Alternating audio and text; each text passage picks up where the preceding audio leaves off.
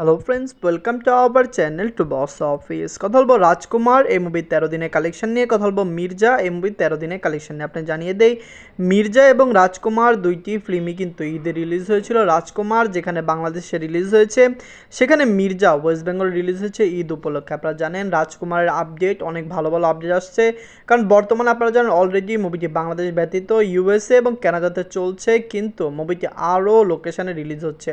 মুভির already Australia এবং ইউএসএর ছাড়াও আপনারা জানেন ইউএরও থিয়েটার রিলিজ দিয়ে দিয়েছেন সুপারস্টার সাকিব খান স্যার, যে ইউএতে মুভিটি রিলিজ হচ্ছে মে মাসে, যেখানে মুভিটি ইউরোপেও রিলিজ হবে। কথা বলবে দুই টিমের কালেকশন নিয়ে। ভিডিও ভালো লাগে তো লাইক করবেন, এবং এখনও যদি বক্স অফিস চ্যানেলটি সাবস্ক্রাইব না করে থাকেন, সবার আগে সকল মুভির লেটেস্ট আপডেট এবং বক্স অফিস কালেকশন জানার জন্য আমাদের চ্যানেলটি সাবস্ক্রাইব করে নেবেন। প্রথমত বলবো রাজকুমার নিয়ে। বাজলো 10 কোটি টাকা। লিড হলো সুপারস্টার সাকিব খান স্যার। 13 দিন কমপ্লিট করে নিয়েছে সুপারস্টার সাকিব খান স্যার অভিনীত রাজকুমার ফিল্মটি ক্লিন হিট ব্লকবাস্টার। আপনি জানিয়ে দেয় মুভির যে এরকম রিভিউ, মুভিটি লং টাইম রান করবে এবং অবশ্যই মুভিটি বক্স অফিসে ব্লকবাস্টার কালেকশন করবে। আপনারা জানেন রাজকুমারের যখন অ্যানাউন্সমেন্ট হয়েছিল, তখনই সবাই বিশ্বাস করেছিল যে রাজকুমার হতে পারে নেক্সট বাংলার ব্লকবাস্টার। মুভিটি খুবই ভালো আয় করে নিয়েছে। ঈদে অনেক ফিল্ম রিলিজ হলো, সবচেয়ে বেশি সাপোর্ট রাজকুমার পেয়েছে এবং কালেকশনও রাজকুমার বেশি করেছে। নিজের 13 দিনে বাংলাদেশ থেকে আয় করেছে 42 লক্ষ টাকা, ওভারসিজ মার্কেট থেকে আয় করেছে 32 লক্ষ টাকা, ওয়ার্ল্ড মার্কেট থেকে আয় করেছে 74 লক্ষ টাকা। টোটাল এমএ কালেকশন হলো 23 কোটি 18 লক্ষ টাকা। আপনারা যদি এখনও রাজকুমার না থাকেন, দেখবেন সুপারস্টার সাকিব খান স্যার যিনি বাংলা ইন্ডাস্ট্রির জন্য কাজ করছেন, তার দ্বারাই কিন্তু বাংলা সিনেমা হলগুলি বেঁচে রয়েছে।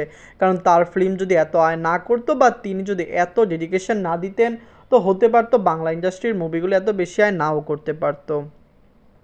এখন কথা বলবো মির্জা নিয়ে। বাজলো 4 কোটি রুপি। লিড হলো অঙ্কুশ হাজরা স্যার। 13 দিন কমপ্লিট করে নিয়েছে অঙ্কুশ হাজরা স্যার অভিনীত মির্জা ফিল্মটি কিন্তু ব্লকবাস্টার। আপনারা জানেন ওয়েস্ট বেঙ্গলে ঈদে রিলিজ হওয়া একমাত্র ফিল্ম মির্জা। মির্জা কিন্তু কমার্শিয়াল ফিল্ম এবং স্পেশালি ঈদের জন্যই কিন্তু মুভিকে তৈরি করা হয়েছে। মুভিকে তড়িঘড়ি নয়, অনেক দিন যাবৎ কাজ করে কিন্তু ওয়ার্ল্ড মার্কেটে রিলিজ করা হয়েছে।